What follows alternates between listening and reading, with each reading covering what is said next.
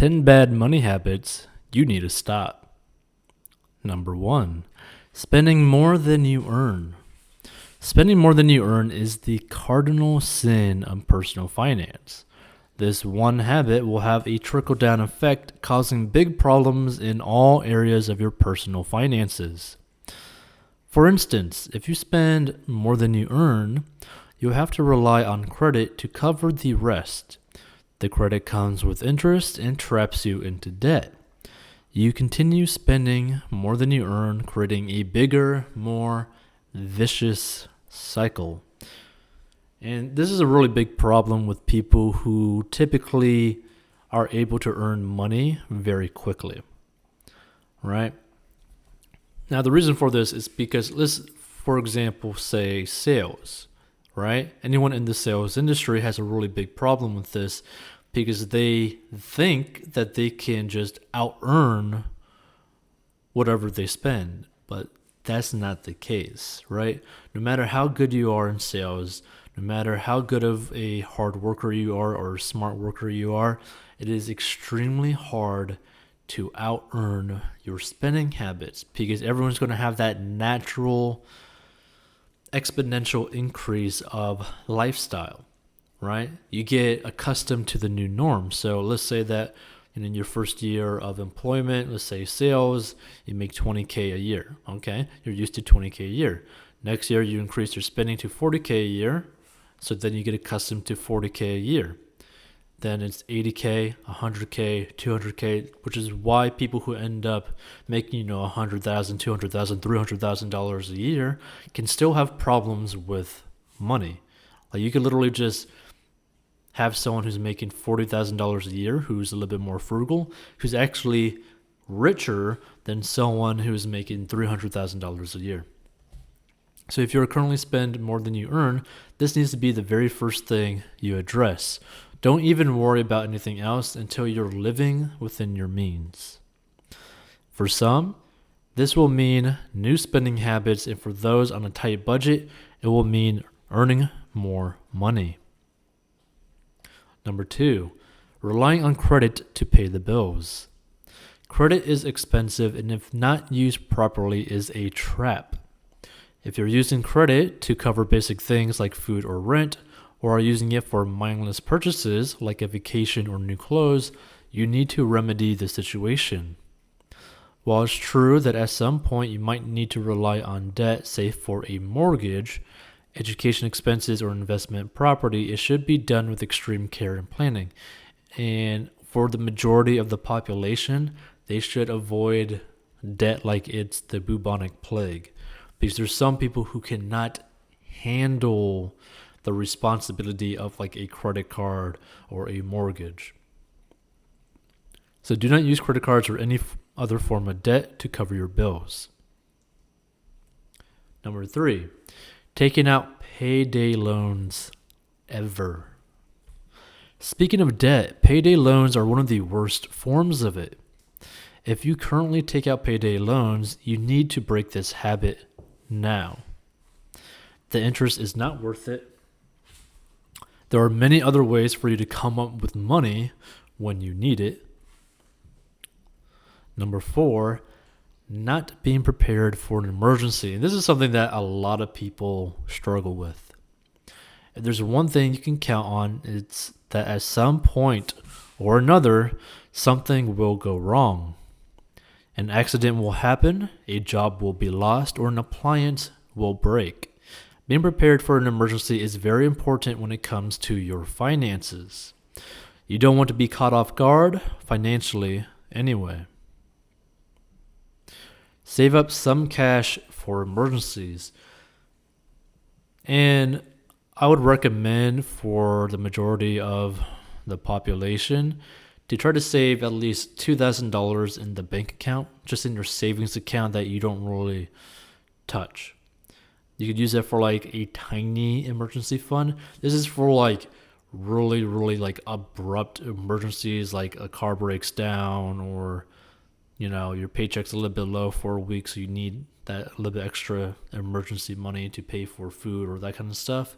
This is like the very tiny emergency fund, just so that you feel a little bit more comfortable when you go grocery shopping or just do your daily tasks. Number 5, paying your bills late.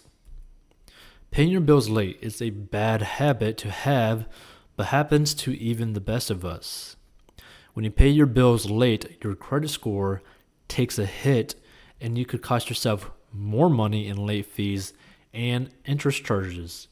For example, this actually happened to me personally, and it's interesting because the situation was that my debit card actually got updated, right? So all the information on it got updated, but that meant that all the different things that were automated, like automatically billed to that debit card, I didn't go in there and actually change those numbers soon enough, and that caused me to have to pay late fees, right? So for anyone out there even using a debit card or a credit card, make sure to keep track of your numbers so that, or basically your new updated cards, because let's say, like, because in my case, something happened with my debit card. I had to get it fixed right off the bat, and things were happening so fast that I didn't really focus on, I need to change all these different things that were automatically billed, right? So that's like internet, gym, all these other different utility stuff that I used on a day-to-day basis. Make it a habit of always paying your bills on time. If you're the type of person who simply procrastinates with tasks like this, consider enrolling in autopay. But even then, you still need to keep track of, okay, what is actually on autopay and when do you actually need to update it? It also means you probably need to get financially organized. Number 6, failing to save for the future. Sayings like YOLO and FOMO can make you feel like you need to spend all of your money and spend it now. Why save for the future instead of living for the now, right? Wrong. When it comes to money, there needs to be balance. Shouting YOLO at the top of your lungs won't magically make you have a great life in retirement or help you build wealth. Enjoy life now, but also be sure to save for the future and diligently work towards your goals. Number 7, not taking control of your career. If you find yourself working a soul-sucking job that you hate, or not being able to find a job at all, like in this current situation, you need to take responsibility and take charge of your career. While it might seem scary to go down a new path, start a side business, and put yourself out there, it's all in your hands. You can take charge of your career. Nobody else is going to do it for you.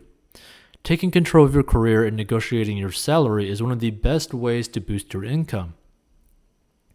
If you fail to do this, you could be costing yourself over $100,000 or more during your lifetime. Number 8, blaming others for your circumstances. Life isn't fair. It's a phrase we've all heard before and one we've likely said to ourselves. And it's completely 100% true. We've all been born into different circumstances, some of us having many more opportunities than others. While life isn't fair, it's true, blaming other people isn't going to help you at all. Accept where you're at and play the cards you've been given. Only compare yourself to yourself. Because in the great game of life, guess what? You always got to deal with your stuff. You wake up, you see yourself in the mirror. You walk by the mirror and you're not really liking what you're seeing, whether it be, with your shirt off, naked, or basically your finances. You have complete control over that, right? You yourself have 100% complete control of your current situation. Everyone has choices no matter what. Now, you can make good choices, you can make bad choices, but you still have to make choices. Number 9, hoarding money and never having fun. On the opposite end of going into debt and spending too much is being afraid to spend anything. If you've been hoarding money to the point of misery, it's time to break that habit. lighten up on yourself a bit and enjoy the money you've worked hard for. And you can also, if you're very frugal, you could actually put your money into something that might mean more to you on a either spiritual basis or a heart basis. So if you see someone like struggling, like financially, you can maybe give them some money.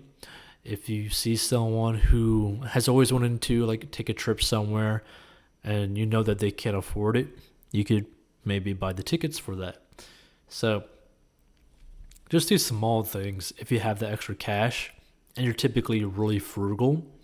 Just doing those small acts of kindness, one will actually make you feel pretty good, but then also be like, oh, like I can spend money, not even that much, but more than I normally would. It would make me feel good, but also make someone else feel good at the same time. Number 10, making excuses. Don't let excuses hold you back. You have the choice to work hard and build the life and finances you want or to make excuses. Choose wisely. Check out hoardingbox.com.